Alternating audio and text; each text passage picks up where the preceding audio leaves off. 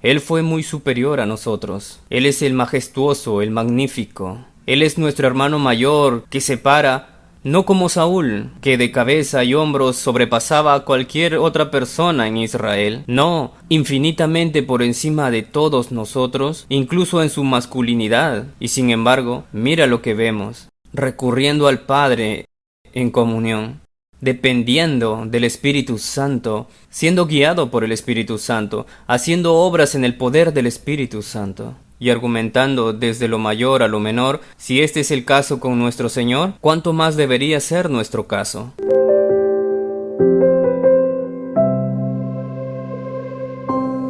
Lucas capítulo 11 verso 1.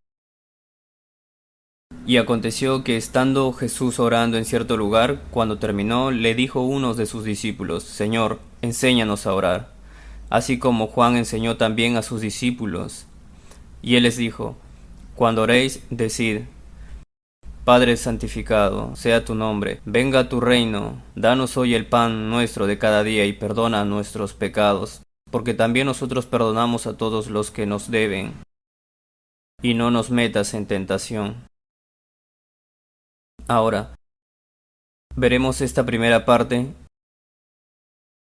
y luego veremos la versión extendida en el libro de Mateo con respecto a la oración del Padre Nuestro. Pero para comenzar, nuevamente Jesús está orando. Él era un hombre de oración. Es extremadamente importante que estemos en constante alerta defendiendo la deidad de Jesucristo. Si pudiera elegir dos doctrinas que deben defenderse, que los liberales siempre atacan primero, es la deidad de Cristo, y luego la doctrina de la propiciación, de que Cristo es nuestro sustituto vicario, de sufrir la ira de Dios y morir en nuestro lugar, y debemos defender esas doctrinas con nuestras vidas. Pero siempre debemos recordar de que, al defender la deidad de Cristo, también debemos darnos cuenta de que Él era verdaderamente y completamente hombre. Y aunque hay un gran misterio, y no quiero acercarme demasiado a la línea y mezclar las dos grandes doctrinas, debemos entender de que Él era hombre y lo que hizo como hombre en el poder del Espíritu Santo. Hubo manifestaciones de su deidad, pero nunca olvides que Él hizo lo que hizo como el gran Adán, que tomó nuestro lugar e hizo lo que ningún hombre ha hecho. Y creo que es por eso que lo vemos dando tanta importancia a la oración. A la oración. Ahora, quiero que pienses en esta magnífica persona por un momento. Él era como nosotros, pero no era como nosotros. Una vez estaba testificando a alguien y él era parte de una secta que realmente creían que podían vivir años y años sin pecado. Simplemente redefinieron el pecado. Y mientras hablaba con él no pude comunicarme y finalmente le dije esto. Le dije: ¿cuál crees que es el mayor pecado que un hombre pudiera cometer? Él dijo: bueno, no lo sé. Le dije: bueno, ¿no crees que sería quebrantar el mandamiento más importante? ¿Amarás al Señor tu Dios con todo tu corazón, alma, mente y fuerza? Él dijo: bueno, supongo. Le dije: ¿no te das cuenta de que nunca ha habido un momento en tu vida que hayas amado al Señor tu Dios con todo tu corazón, alma, mente y fuerza? De hecho, de las miles y miles de millones de personas que han caminado en este planeta, ahora y durante todo el tiempo, ni una sola persona en la humanidad por un segundo amó al Señor su Dios con todo su corazón, alma, mente y fuerza. Ninguna persona. Sin embargo, Jesucristo, nunca hubo un segundo en que Él no amara al Señor su Dios con todo su corazón, alma, mente y fuerza. Él fue muy superior a nosotros. Él es el majestuoso, el magnífico. Él es nuestro hermano mayor que se para, no como Saúl, que de cabeza y hombros sobrepasaba a cualquier otra persona en Israel. No, infinitamente por encima de todos nosotros, incluso en su masculinidad. Y sin embargo, mira lo que vemos, recurriendo al Padre en comunión, dependiendo del Espíritu Santo, siendo guiado por el Espíritu Santo, haciendo obras en el poder del Espíritu Santo.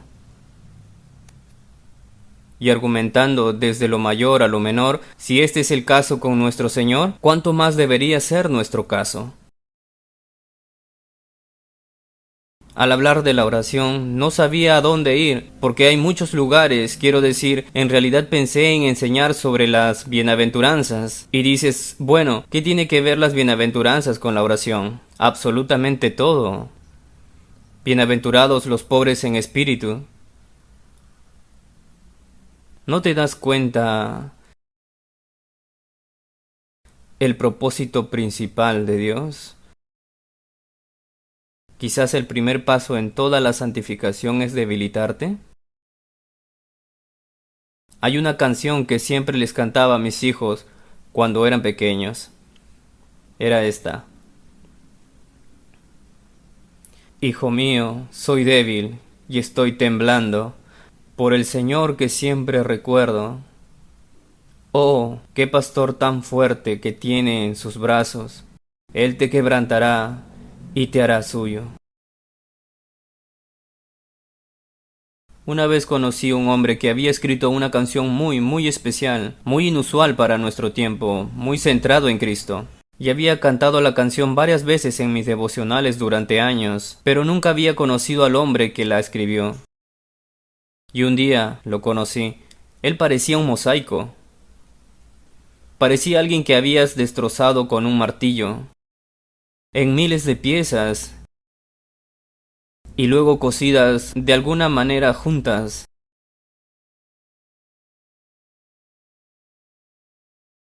El martillo del Señor es muy duro, es muy duro,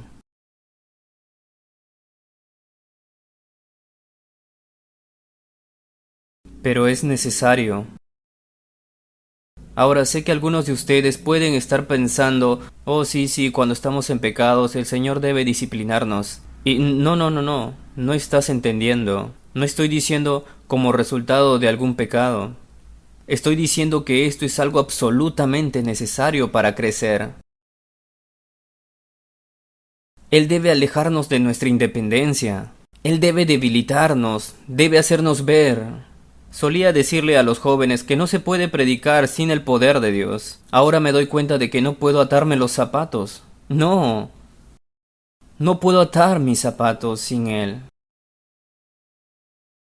Abro mis ojos y no me atrevo a moverme a un cuarto de pulgada, hacia la izquierda o a la derecha, sin clamar. No me dejes caer en la tentación, líbrame del mal. Nada, nada, nada. Y estoy convencido de que aunque puedes reconocer teológicamente la importancia de la oración, puedes reconocer sincera y honestamente la importancia de la oración. Es solo a medida que pasan los años, atraviesas por el molino, el martillo, los fuertes vientos y los dolores, y él te debilita y te debilita. Pero luego suceden cosas asombrosas. No eres nada, y sin embargo, es mucho más fácil llenar un vaso vacío que llenar uno lleno. Cuanto menos de ti, más de él. Ahora estoy seguro de que hay muchos muy por encima de mí que podrían aprender todas estas cosas sin todas las pruebas que he tenido que sufrir. Pero ellos serían bastantes inusuales.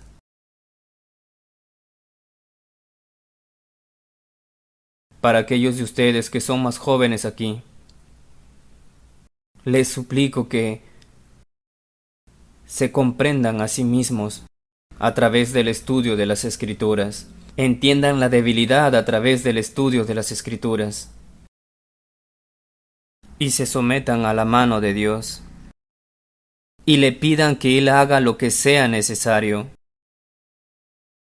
para ver que no eres nada sin Él, que no puedes respirar sin Él. Solo serás una persona de oración cuando veas lo necesitado que eres.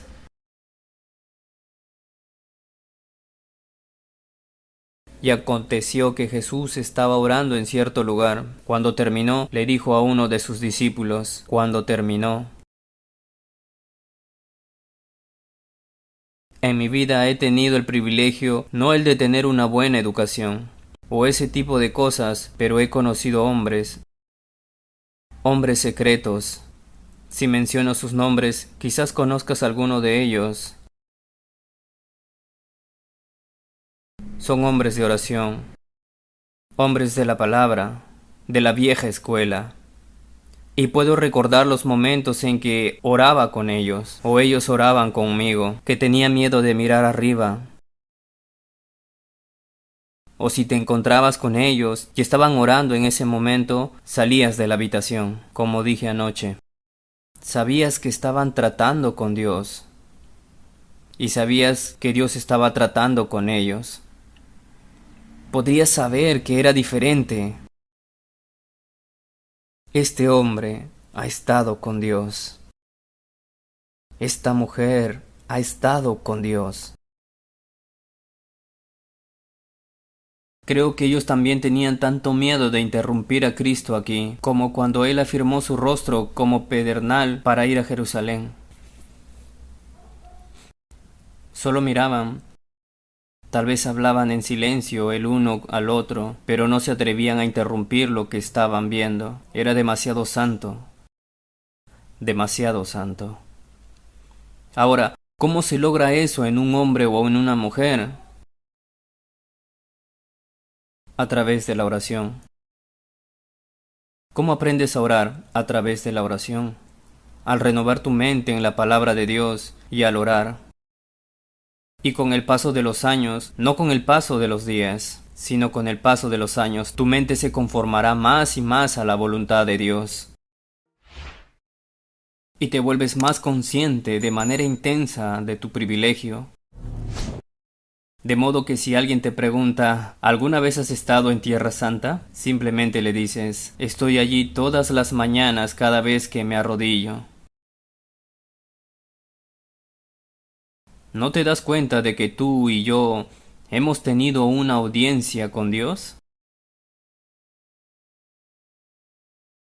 Nos hemos sentado con Cristo en los lugares celestiales. Yo, falible, yo pequeño, pero soy un hijo de Dios. Me arrodillo y levanto mi rostro para orar.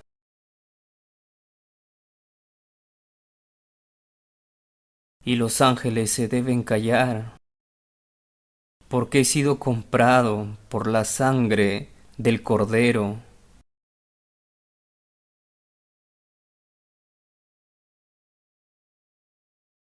Ora, ora, ora. Lee la palabra, ora. Lee la palabra, ora. Medita en la palabra, memoriza la palabra. Lee buenos libros de hombres que aman la palabra, ora.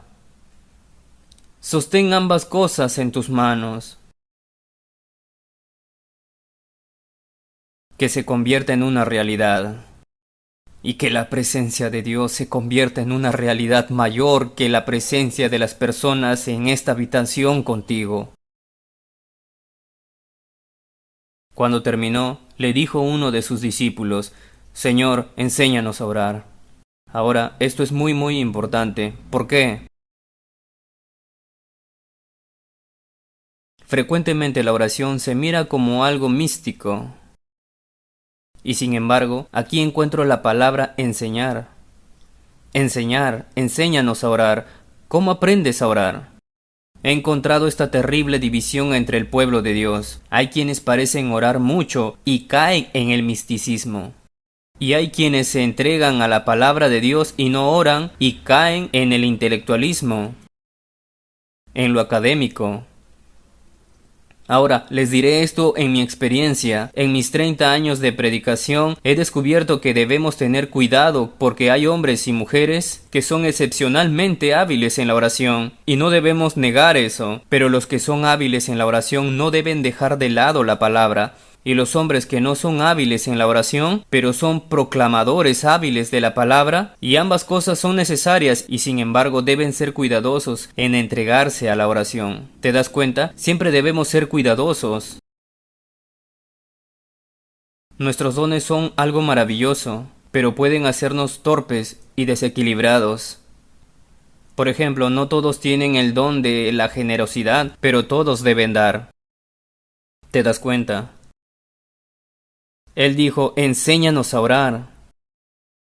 No puedo decirte, tantas veces no pasamos mucho tiempo en la palabra y luego encontramos un problema en nuestro carácter e intentamos atacarlo directamente. No sé, encontramos algunos versos y haciendo una especie de mezcla. Pero he descubierto que Dios realmente no hace la santificación de esa manera.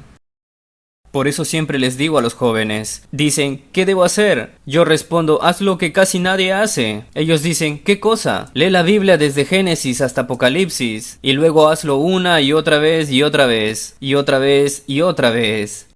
¿Y luego qué comienza a ocurrir?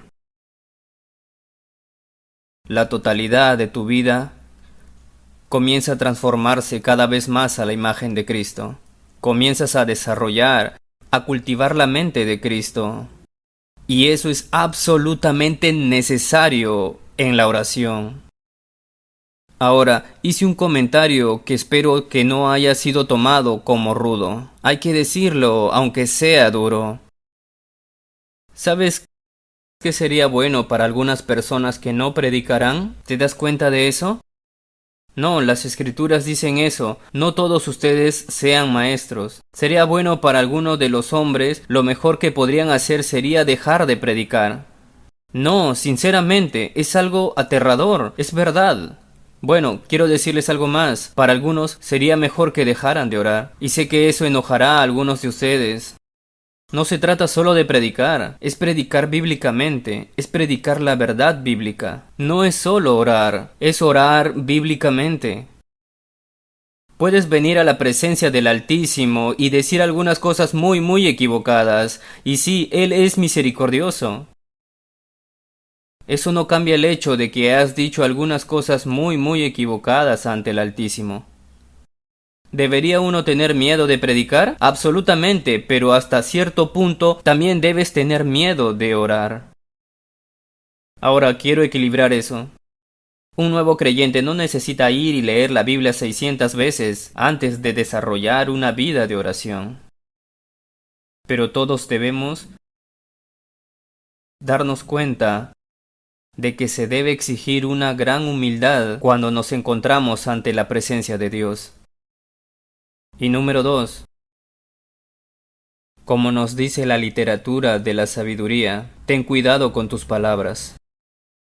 No eres oído por tu palabrería. Entonces piensa en lo que vas a decirle. La culpa de esto principalmente tiene que ver con los pastores, porque no enseñan a las personas el temor del Señor. Y la predicación de ellos no cultivan el temor del Señor. Hermano, si quieres saber qué está mal con la iglesia, somos nosotros. Siempre somos nosotros. Si quieres saber qué está mal con mi familia, soy yo. No es mi esposa, no son mis hijos, soy yo. La autoridad es una cosa maravillosa y terrible. La responsabilidad es tuya. Cuando escucho pastores lamentando el estado de la iglesia, me digo a mí mismo, deberías lamentarte de tu propio estado. He descubierto esto. Un pastor que no ama la palabra no tendrá una congregación que ame la palabra. Un pastor que no ora no tendrá una congregación que ora. Un pastor que no evangeliza no tendrá una congregación que evangeliza. Un pastor que no camina en santidad no va a tener una iglesia santa. Él dice, enséñanos a orar. ¿Has enseñado a tu gente a orar? ¿Quieres que oren? Puedes exhortarlos a orar, pero ¿les has enseñado a orar? Y enseñar a orar instruye más que la oración. Deben tener conocimiento de aquel a quien oran, y deben tener conocimiento de sí mismo a través de las Escrituras, y conocimiento de lo que Cristo ha hecho por ellos. Una cosa sobre el cristianismo es que si tocas una doctrina, tocas a todas. Una vez más, si eres un pastor, la predicación expositiva a través de los libros de la Biblia es absolutamente necesario, porque es la única forma en que puedes tocar todas las doctrinas que necesitamos para una vida cristiana completa. Cuando nació mi primer hijo, soy algo perfeccionista, así que estuve buscando todo tipo de material de discipulado para discipular a mis hijos. Catecismo, examiné a todos, pero cada vez que encontraba algo bueno, encontraba agujeros. Y un día me di cuenta, solo hay un libro perfecto. Así que decidí, haremos una exposición verso por verso, desde el momento que tengan 5 años hasta que salgan de mi casa. Y lo hemos hecho. Lo hemos hecho. Es lo mismo con una congregación. Si quieres que puedan orar, tendrás que enseñarles la Biblia. Como dice este discípulo, enséñanos a orar. Ahora, también quiero que veas esto. Como Juan enseñó también a sus discípulos, parece que fue una práctica entre los hombres de Dios. A lo largo de la historia del cristianismo, enseñar a las personas cómo orar. ¿Cuánto tiempo has pasado enseñando a tu congregación cómo orar? No solo enseñando sobre la oración, sino enseñándoles cómo orar. Recuerdo que cuando era muy joven en la fe, fui a escuchar a Leonard Ravenhill, y antes de que se levantara para predicar, este otro predicador se levantó, y supongo que estaba animado por el hecho de que estaba predicando con Leonard Ravenhill, y quiero decir, él nos hirió, quiero decir, él nos destrozó. Su sermón fue, debes andar en el Espíritu. O sea, él continuó durante 1 hora y media, literalmente destrozándonos por no andar en el Espíritu. Me acerqué a él después del sermón y le dije, Señor, estoy de acuerdo con todo lo que ha dicho, de verdad, y quiero andar en el Espíritu, pero aquí está mi problema. No sé lo que eso significa. Se dio la vuelta y comenzó a lastimarme. Y afortunadamente había un santo mayor detrás de mí. Me tomó por los hombros y simplemente me hizo a un lado. Y él se adelantó y dijo, escucha, predicador, el joven te hizo una pregunta sincera, y no le respondiste, porque no creo que sepas cómo responderle. Nos has estado diciendo que andemos en el Espíritu, y tú mismo ni siquiera sabes lo que eso significa. Entonces, ¿no se supone que solo tienes que decir a tu congregación que ore? Debes enseñarle lo que significa eso. Decirle lo que significa. Dices, ¿y cómo haces eso? Exposiciones versos por verso por los pasajes de las Escrituras sobre la oración. Exposiciones verso por verso de los pasajes de las Escrituras que les enseña acerca de la santidad de Dios. Exposición verso por verso de las Escrituras que les enseñan acerca de su posición en Cristo, debido a la muerte majestuosa que se logró en su favor. ¿Te das cuenta? Todo comienza con la enseñanza. Ahora, quiero que nos vayamos desde aquí porque él responde la pregunta dándonos lo que comúnmente se conoce como el Padre Nuestro. Prefiero llamarlo la oración modelo. Vayamos a Mateo 6, donde tenemos un relato extendido de esa oración.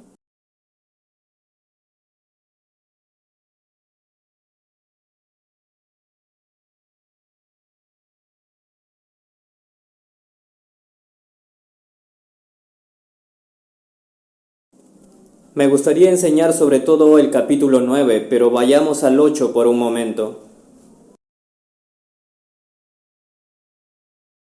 O vayamos al verso 7. No, vayamos al 6. No, vayamos al 5. No, 7. Y al orar, no uséis repeticiones sin sentido, como los gentiles, porque ellos se imaginan que serán oídos por su palabrería. Toma esto en serio. Esto no solo se refiere a las repeticiones sin sentidos de las oraciones católicas. Escucho muchas repeticiones sin sentido ante Dios, hecha por evangélicos.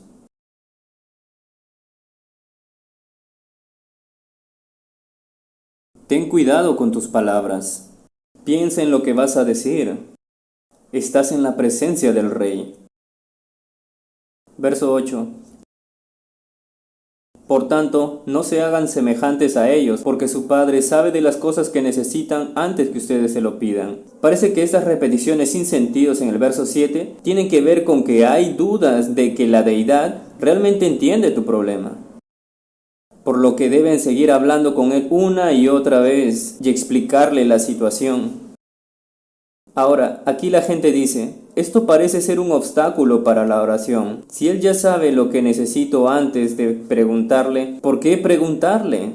Esto es simplemente una afirmación de la soberanía absoluta de Dios, su omnisciencia. Él lo sabe todo, puede hacer todo. Descansa, ahora se te ha ordenado que pidas porque no tienes, porque no pides.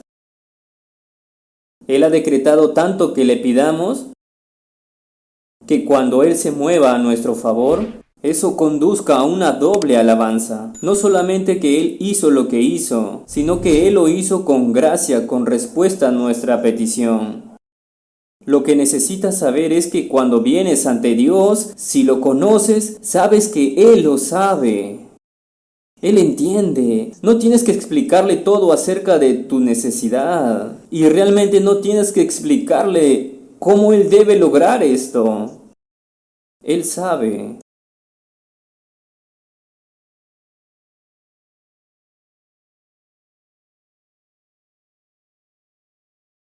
No sé cómo decir esto. Mi mayor alegría en tiempos de duras pruebas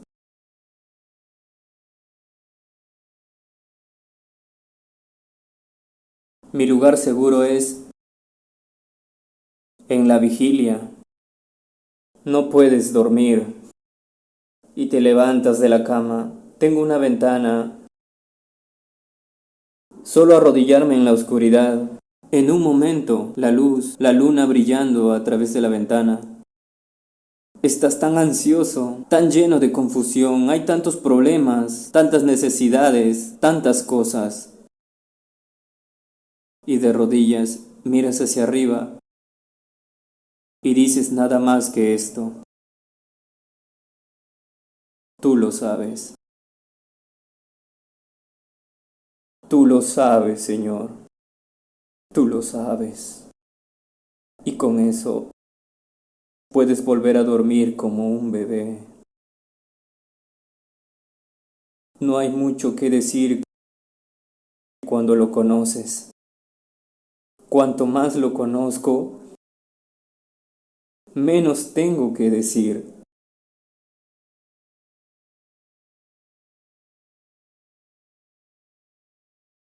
Dice, pues orad de esta manera. Esto me parece asombroso. Ha hecho una pregunta directa. Enséñanos a orar. Él da una respuesta directa. ¿Está bien? Ora pues de esta manera. Y sin embargo, hay muy poca enseñanza sobre esto. Quiero decir que cuando se le preguntó cómo oramos, está bien, te lo diré, hazlo de esta manera. Y es casi completamente ignorado. Bueno, he aprendido de las oraciones de Moisés, he aprendido de las oraciones de Abraham, he aprendido de las oraciones de David y los salmistas, he aprendido de Pablo, especialmente de Efesios, Colosenses. Y ahora no estamos hablando de ellos, estamos hablando del Maestro. Alguien fue directamente al Maestro y le dijo, ¿cómo debemos orar? Él dijo, pues orad de esta manera. Creo que necesitamos aprender esto. ¿Por qué lo hemos evitado tanto? Creo que ha sido una reacción contra la repetición sin sentido del catolicismo romano. Solo cuenta con ello. Si es importante, el diablo irá directo a por ello y lo va a torcer tan rápido. Bueno, él ha torcido esto por más de 1500 años. Pero nosotros como evangélicos nunca debemos permitir que alguien más nos robe nuestra herencia. Esto nos pertenece, no para repetir en vano, sino para aprender. Ahora, hay mucho más que me gustaría decir, pero el tiempo se me está acabando. Pues orad de esta manera: Padre nuestro que estás en los cielos. Esta es la psicología perfecta de la oración. ¿No podrías hacer esto mejor? ¿Cómo debemos acercarnos a Él? Padre nuestro que estás en los cielos. ¿Qué significa esto? Él es nuestro Padre.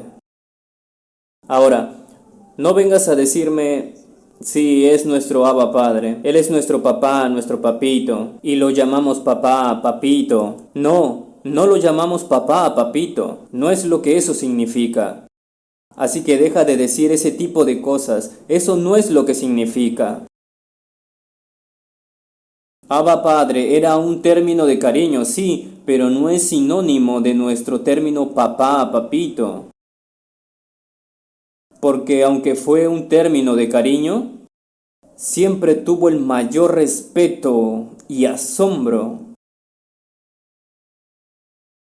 Todavía se puede ver algo así en algunos lugares de África. Cuando un niño va a dirigirse a su padre, puede ser un muy buen padre. Conozco a muchos grandes teólogos y pastores en África que son padres amorosos, y verás a sus hijos dirigirse a ellos: Padre, pero también los verás arrodillarse y extender la mano. Están encariñados con su padre y, sin embargo, su padre es su padre, y lo honran incluso con la forma en que se presentan ante él. Así que tengan cuidado de tomar esto como una americanización. Es cariño, amor y aceptación en Cristo, sí. Dios es nuestro Padre, pero nunca olvides que tu Padre es el Señor de la gloria. Y solo los necios se precipitan ir donde los ángeles temen pisar.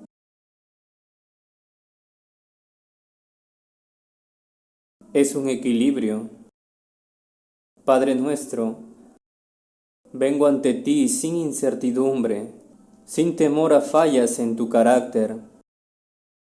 Sin embargo, vengo ante ti con el más profundo y solemne respeto por lo que eres. Padre nuestro que estás en los cielos, santificado sea tu nombre, venga tu reino, hágase tu voluntad.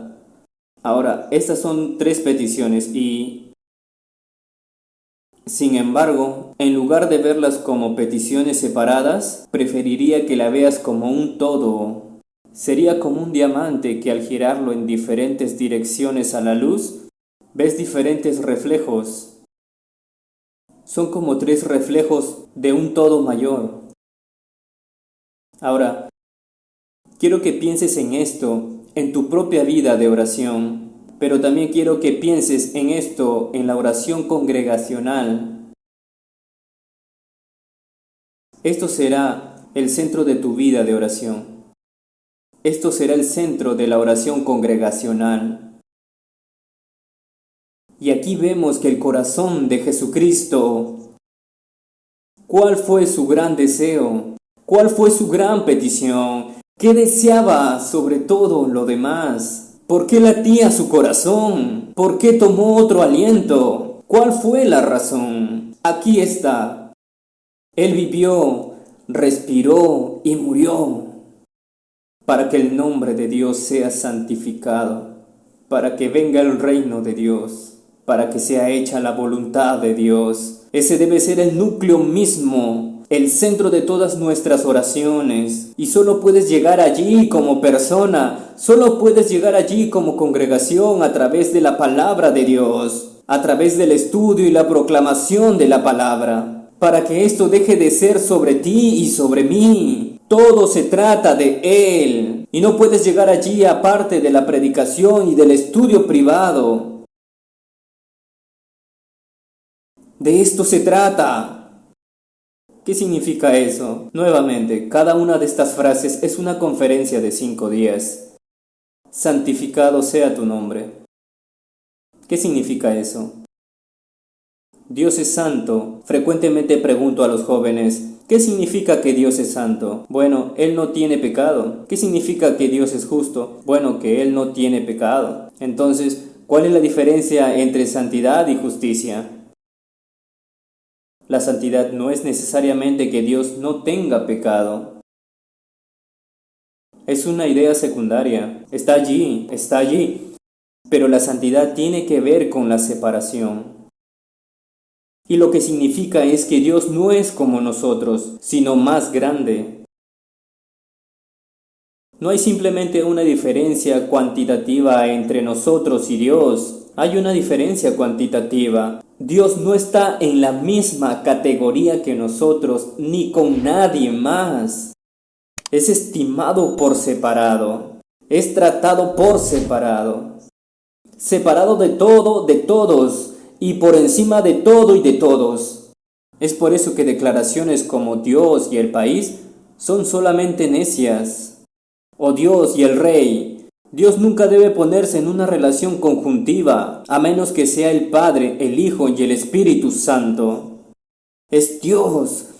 Y lo que Cristo está orando aquí, su mayor deseo es que en toda la tierra todos sus habitantes vean a Dios en la categoría separada, por encima de todo lo demás, y que no haya lealtades en competencia. Dios sería solamente Dios sobre todas las cosas, estimado sobre todas las cosas, apreciado, honrado y amado sobre todo, completamente separado en los corazones de los hombres. Ahora, hay un aspecto interno y externo en esto. En cierto sentido, para mí orar es esto: santificado sea tu nombre. También es hacer un compromiso. Porque no puedo pensar en que el nombre de Dios sea tratado de esa manera en el mundo, si no es tratado de esa manera para mí. Y eso es lo que Jesús está diciendo cuando Él dijo, bienaventurados los de limpio corazón. Él no está hablando necesariamente aquí acerca de algún lavado para que sea hecho blanco. Él está hablando de un corazón que no tiene mezcla. Me gusta decirlo de esta manera. Está hablando de un corazón sin lealtades en competencia. Entonces cuando estoy clamando, santificado sea tu nombre, que tu nombre esté por encima de todas las cosas y no haya lealtades en competencia. Y en primer lugar, internamente, Dios, que así sea en mí, que así sea en mi esposa, que así sea en mis hijos, que así sea en mi iglesia, en mis hermanos y hermanas en Cristo, en mi iglesia local, que así sea entre tu pueblo, que así sea entre las naciones. Santificado sea tu nombre, venga tu reino.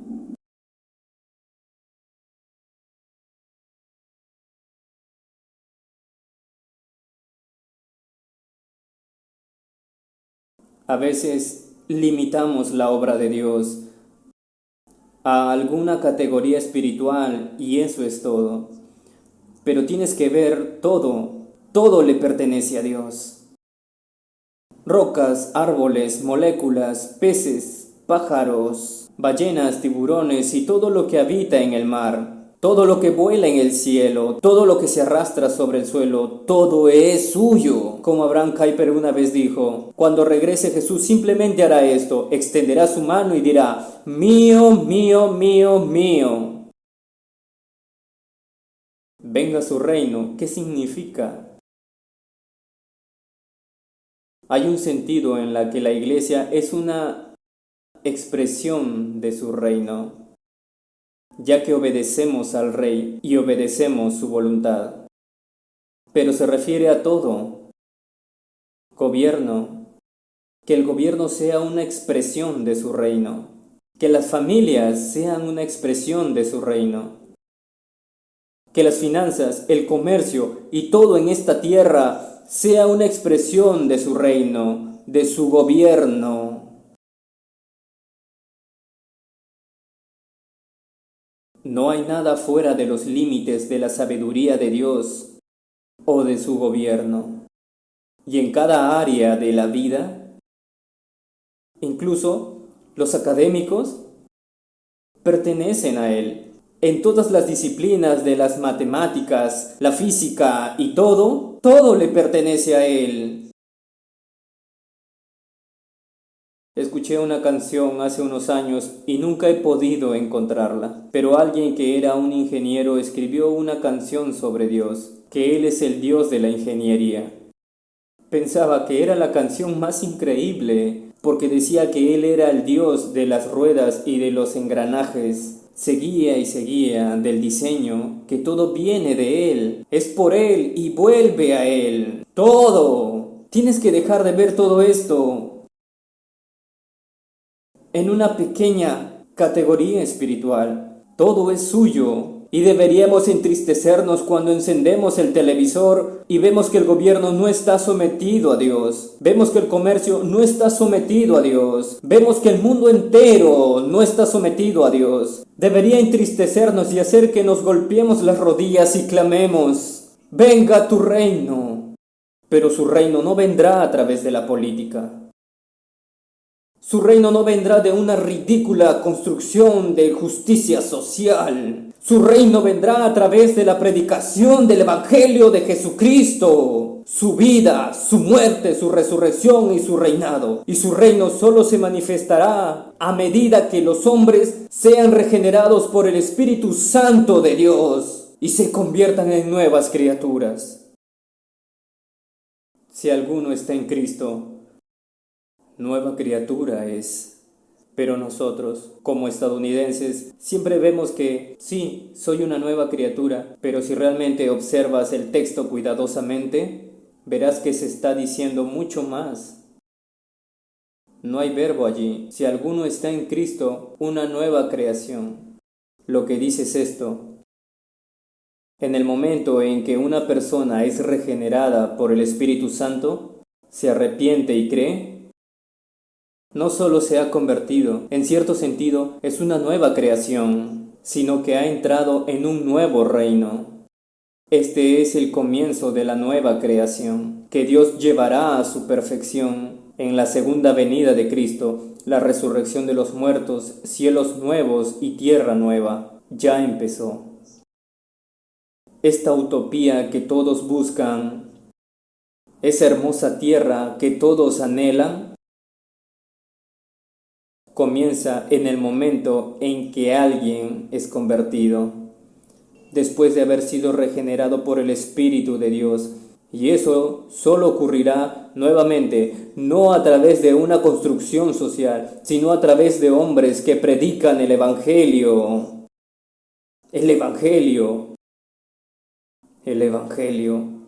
¿Cómo avanza su reino? No hay teonomía aquí. No vamos a hablar de necedades como tomar el control de los gobiernos o marchas por las calles. Su reino avanza a través de predicadores del Evangelio. Y sigue: hágase tu voluntad. Y eso es una manifestación del avance del reino. Aquí es donde se demuestra.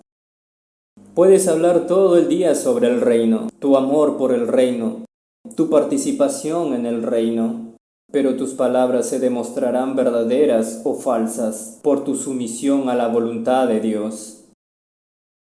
El consejo completo de Dios. Cada letra, cada jota y cada tilde debidamente interpretadas. Hay tanta necedad hoy. A veces, si estoy predicando en el Antiguo Testamento, o si estoy predicando en Proverbios, o si estoy predicando acerca de la ley de Dios, tengo tantas objeciones. No estamos bajo la ley, no estamos bajo esto, no estamos bajo eso. Y yo digo: oh, detente, ¿qué estás tratando de decirme?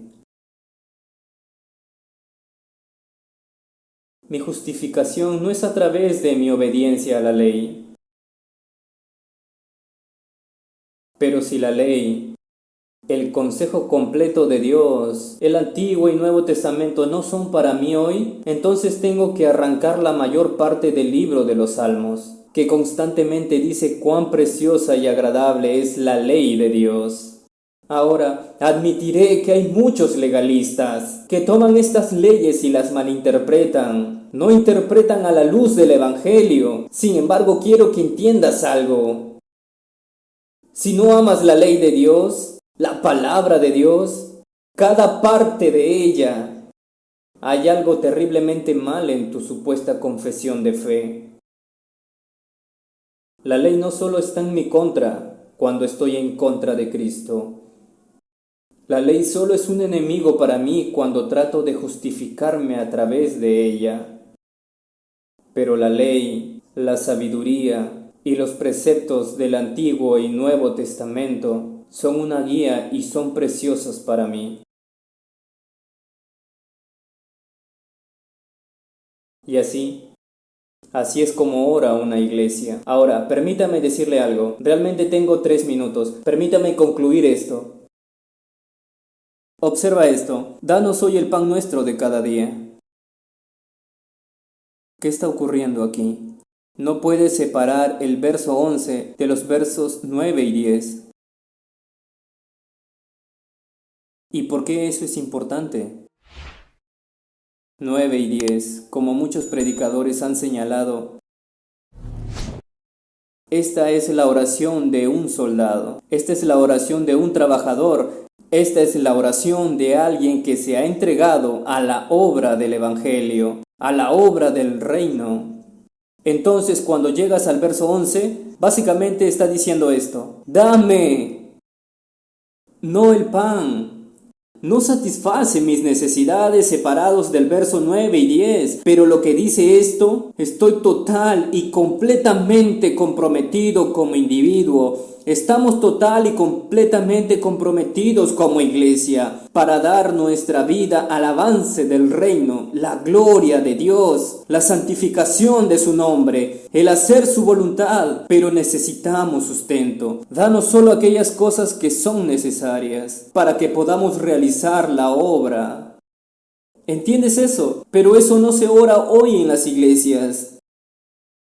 Mira, afecta absolutamente todo y me gustaría continuar. ¿Por qué no puedes avanzar el reino? ¿Por qué no puedes avanzar el reino? Verso 12. Sin estar unido con tus hermanos. No puedes avanzar el reino. Verso 13. Sin ser santo. Pero esto es lo que quiero que entiendas con respecto a lo material en la vida de la iglesia, en mi vida y en todas nuestras vidas.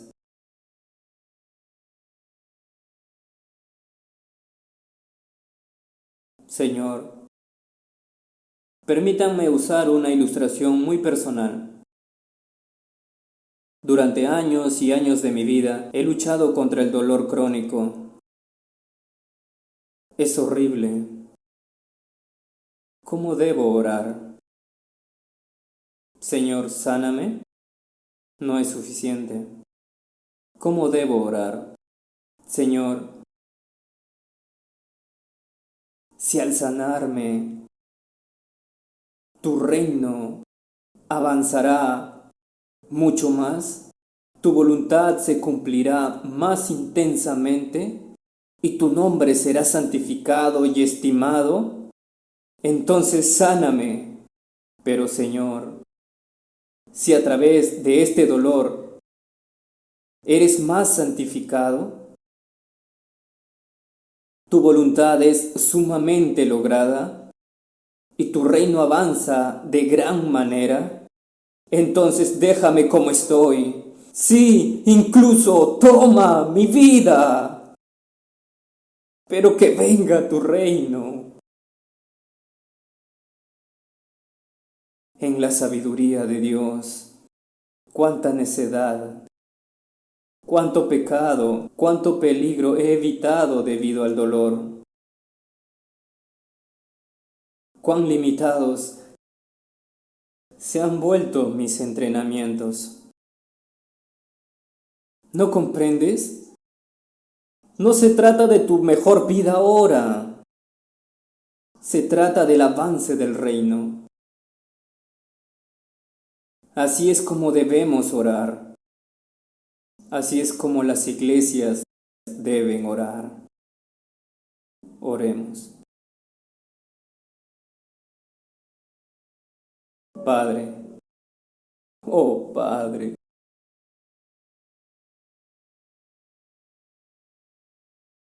toma lo que es tuyo de esto, llévalo en el viento como una semilla, planta donde debe ser plantado, riega como debe ser regado, y luego, cuando crezca, que todos digan, ¿qué pasó? ¿De dónde vino esto? Lo que no sea bueno, perfecto y aceptable, entiérralo aquí. Oh Dios, ayúdanos a orar en el nombre de Jesús. Amén.